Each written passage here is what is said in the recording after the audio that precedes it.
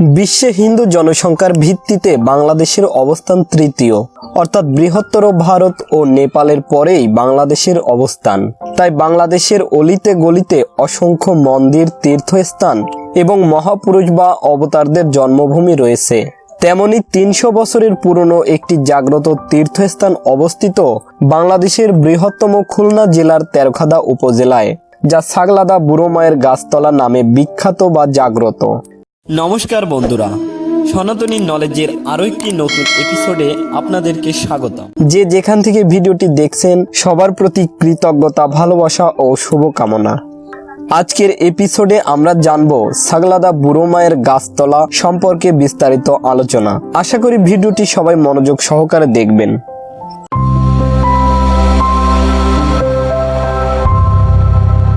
ছাগলাদা বুড়ো মায়ের গাছতলা 300 বছরের পুরনো একটি জাগ্রত তীর্থস্থান। প্রতি বছর বৈশাখ মাসের শেষ শনিবার বা মঙ্গলবার বুড়ো মায়ের পূজা উপলক্ষে এখানে বিরাট মেলা মেলে। মেলায় ধর্ম বর্ণ নির্বিশেষে হাজারো মানুষের ঢল নামে। কিভাবে ছাগলাদা বুড়ো মায়ের গাছতলায় পরিণত হয়েছে তা হয়তো আমরা অনেকে জানি, আবার অনেকেই জানি না। তাই আসুন এবার ছাগলাদা বুড়ো মায়ের মহিমা সম্পর্কে সংক্ষেপে জেনে নেওয়া যাক। শোনা যায় এই গাছতলার পুরনো ঐতিহ্য একটি হিজল গাছ, যার চারদিকে বেত বাগান ও বিভিন্ন প্রকারের গাছ দ্বারা বেষ্টিত ছিল। দর্শনার্থীদের দিনের বেলা এখানে ঢুকতে ভয়ে গা ছমছম করত। এক বণিক এই গাছতলায় মানত করেন, যদি সে ব্যবসায় লাভবান হয় তবে পরবর্তীতে মায়ের গাছতলায় ছাগল দান করবেন। সেই বণিক ব্যবসায় লাভবান হয়, কিন্তু মায়ের গাছতলায় ছাগল দান করেন না। এতে দেবী মা রুষ্ট হন, ফলে তার ব্যবসায় ব্যাপক ক্ষতি হয়। ছাগলাদা বুড়ো মায়ের গাছতলার পাশ দিয়ে বয়ে গেছে 18 বেকি নদী ও চিত্রা নদী।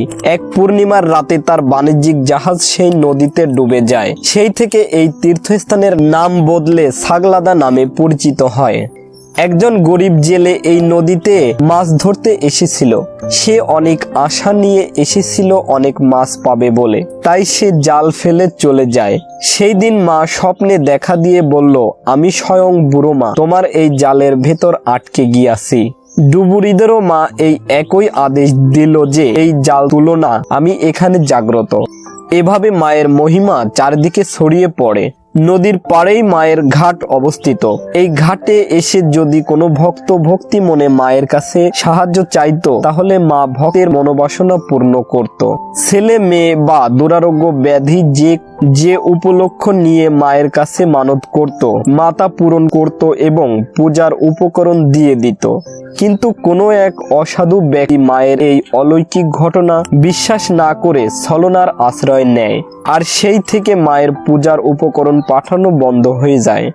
মজিদ নামে এক সাপুরে বাস করত।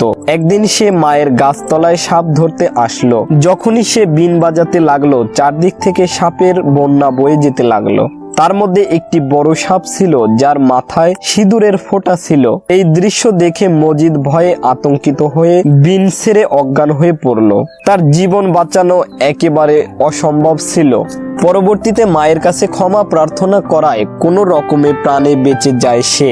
বুড়ো মায়ের মহিমা বর্ণনা করতে গেলে দীর্ঘ সময় অতিক্রান্ত হয়ে যায়।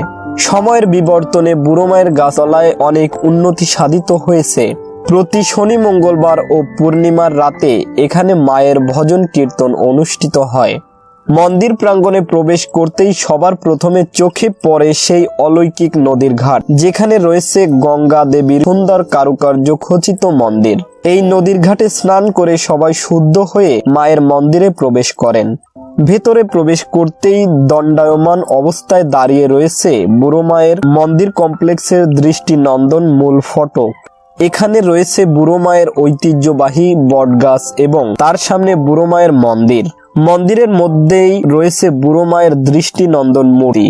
দূর দূরান্ত থেকে ধর্ম বর্ণ নির্বিশেষে ভক্তেরা শুদ্ধ মনে মায়ের কাছে যা মানত করেন তাই প্রতিফলিত হয়।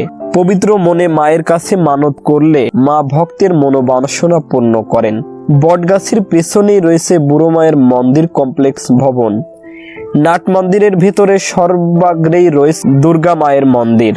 তারপরেই রয়েছে রাধা গোবিন্দ মন্দির, শ্রী অষ্টনাগ মন্দির বা মা মনসা মন্দির, শ্রী শ্রী কালী মায়ের মন্দির, শ্রী শ্রী জয় বাবা লোকনাথ মন্দির, শ্রী শ্রী শীতলা মন্দির, শ্রী শ্রী শিব মন্দির, শ্রী তুলসী দেবীর মন্দির, রাধাকৃষ্ণের রাসলীলা মন্দির।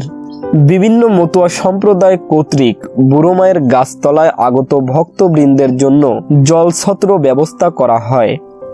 এছাড়াও প্রতি বছর বৈশাখ মাসের শেষ শনিবার বা মঙ্গলবার বুড়ো মায়ের গাছতলায় নাম সংকীর্তন, অধিবাস ও মহোৎসব অনুষ্ঠিত হয়। পূর্ণার্থীরা চাল, ডাল, তরকারি সহ বিভিন্ন ধরনের জিনিস নিয়ে আসেন মানত পূরণ হলে। বুড়ো মায়ের গাছতলা অনুষ্ঠান উদযাপন ও পরিচালনা কমিটি কর্তৃক আগত সকল ভক্তবৃন্দের জন্য মহাপ্রসাদের ব্যবস্থা করা হয়ে থাকে। বুড়ো মায়ের পূজা উপলক্ষে বিশাল মেলা অনুষ্ঠিত হয় এখানে। মেলার শৃঙ্খলা রক্ষার্থে খুলনা জেলা পুলিশের থেকে মোড়ে মোড়ে পুলিশ মোতায়েন করা হয়। অনুষ্ঠান চলাকালীন সর্বাক্ষণিক পুলিশের টহল চলতে থাকে। চারদিকে তাকালে শুধু মেলা আর লোকজন। মেলায় লিচু, শৌখিন ঘরে ব্যবহৃত জিনিসপত্র, কসমেটিক্স সামগ্রী ও মিষ্টি, চটপটি, ফুচকা সহ হরেক রকমের খাবার পণ্যের দেখা মেলে। মেলার পুরাতন ঐতিহ্য ছোট বড় সকলের জন্য নাগরদোলাই হতে মানুষের ঢল নামতে থাকে। গ্রীষ্মের টাকপোড়া রোদে মেলার ভেতরে মানুষ ছটফট করতে থাকে। আবার কোনো কোনো বছর প্রবল ঝড় বৃষ্টিতে মানুষ চারদিকে ছোটাছুটি করতে থাকে। জয় বুড়ো মায়ের জয়। এই ছিল আমাদের আজকের ভিডিও। ভিডিওটি আপনাদের কেমন লেগেছে তা অবশ্যই কমেন্ট করে জানাবেন। আর ভিডিওটি ভালো লাগলে লাইক, কমেন্ট ও শেয়ার করবেন। হিন্দু ধর্ম সম্পর্কিত এরকমই নিত্য নতুন ভিডিও পেতে চ্যানেলটি সাবস্ক্রাইব করে আমাদের সাথেই থাকুন। সবাইকে অসংখ্য ধন্যবাদ।